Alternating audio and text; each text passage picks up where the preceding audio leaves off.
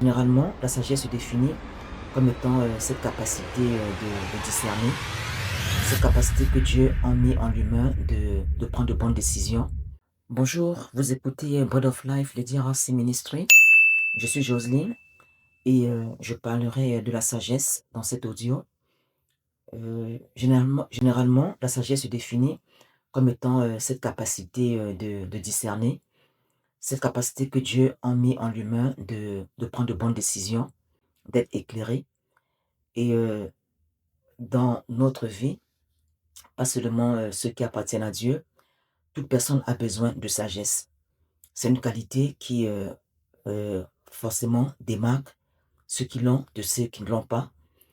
Et je m'appuierai durant cet audio sur le passage de Proverbe chapitre 8 qui parle beaucoup de la sagesse.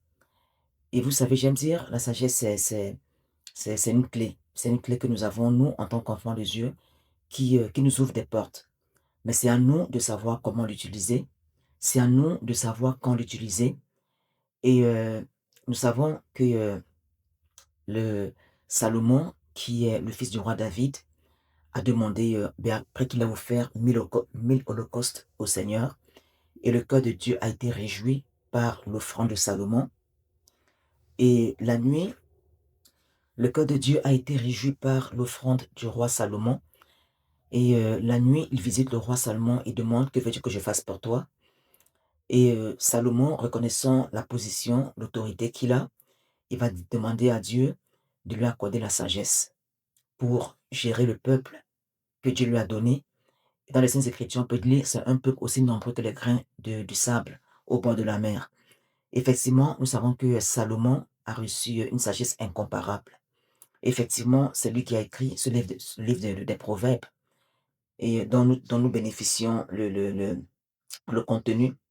Effectivement, quand nous lisons le Proverbe chapitre 8, le verset 12, Dieu va dire: je suis la sagesse. Le bon sens m'accompagne, je sais agir avec réflexion. Ça veut dire une personne sage agit avec réflexion. Et c'est important dans nos rapports mutuels de savoir comment agir pour ne pas paraître insensé. Parce que celui qui n'est pas sage, le contraire, c'est être insensé. Et je crois que nous voulons tous être sages. Nous qui appartenons, nous qui sommes devenus enfants de Dieu. Également, toujours dans la même lancée, quand on va plus bas, Dieu va dire: c'est à travers la sagesse que les rois règnent. C'est à travers la sagesse que les magistrats donnent de verdicts qui sont justes. C'est à travers la sagesse que les chefs commandent. Donc la sagesse c'est aussi une clé pour nous aider à accomplir nos fonctions. Qu'on soit un chef d'entreprise, qu'on soit un chef d'État, qu'on soit un enfant à l'école, qu'on soit, peu importe le statut que nous avons, on a besoin de sagesse pour bien se conduire et pour vraiment, surtout en tant qu'enfant de Dieu, pour refléter la gloire de Dieu dans notre génération. Et quand nous parcourons aussi le verset 18 du même chapitre de Proverbe chapitre 8, Dieu va dire: j'offre la sagesse et l'honneur, des biens stables et une prospérité méritée. Et dans le verset 17, un peu plus haut, il va dire: ceux qui m'aiment, je les aime en retour. Ceux qui me cherchent sont sûrs de me trouver. Fait que pour avoir la sagesse, je dois la désirer. Je dois demander à Dieu la sagesse. Et à travers la prière, assurément, Dieu te communiquera cette sagesse qui va te distinguer dans ta génération. J'aime dire, en tant qu'enfant de Dieu, nous sommes la lumière de ce monde. Effectivement, la sagesse fait, pour être la lumière du monde, nous devons vraiment avoir cette pensée nous devons être sages pour briller dans ce monde. Et effectivement, on peut lire également, quand nous avons la sagesse, l'avantage également, c'est que nous recevons, en tout ce que nous faisons, nous avons l'approbation de Dieu. Celui qui marche dans la sagesse aura toujours l'approbation de Dieu. Dans le psaume 112, le roi David va dire: heureux l'homme qui craint l'Éternel, heureux l'homme qui fait tout ce que Dieu commande, heureux l'homme qui a un cœur pur. Cet homme est sûr d'avoir toujours l'approbation de Dieu. Veux-tu être approuvé par Dieu? Marche dans la sagesse et laisse Dieu te conduire. Assurément, aucun de tes ennemis ne va tenir devant toi. Et je vais lire en particulier les versets, 32 à 36 de Proverbes chapitre 8. C'est bénissant. Et maintenant, mes fils, écoutez-moi. Heureux serez-vous si vous suivez mes conseils. Ne rejetez pas mes avertissements. Tenez en compte et vous deviendrez sages. Heureux ceux qui m'écoutent, qui se tiennent chaque jour à ma porte et veillent à l'entrée de ma maison. Celui qui me trouve la vie. Le Seigneur lui donne son approbation. Celui qui m'offense se fait du tort à lui-même. Qui me déteste aime la mort. Fait que, effectivement, la sagesse, comme ce passage le dit, c'est vraiment à notre profit de, de rechercher la sagesse, parce qu'en l'ayant, nous devenons vraiment, nous avons vraiment une vie d'impact et nous devenons autant pour moi une bénédiction pour notre génération.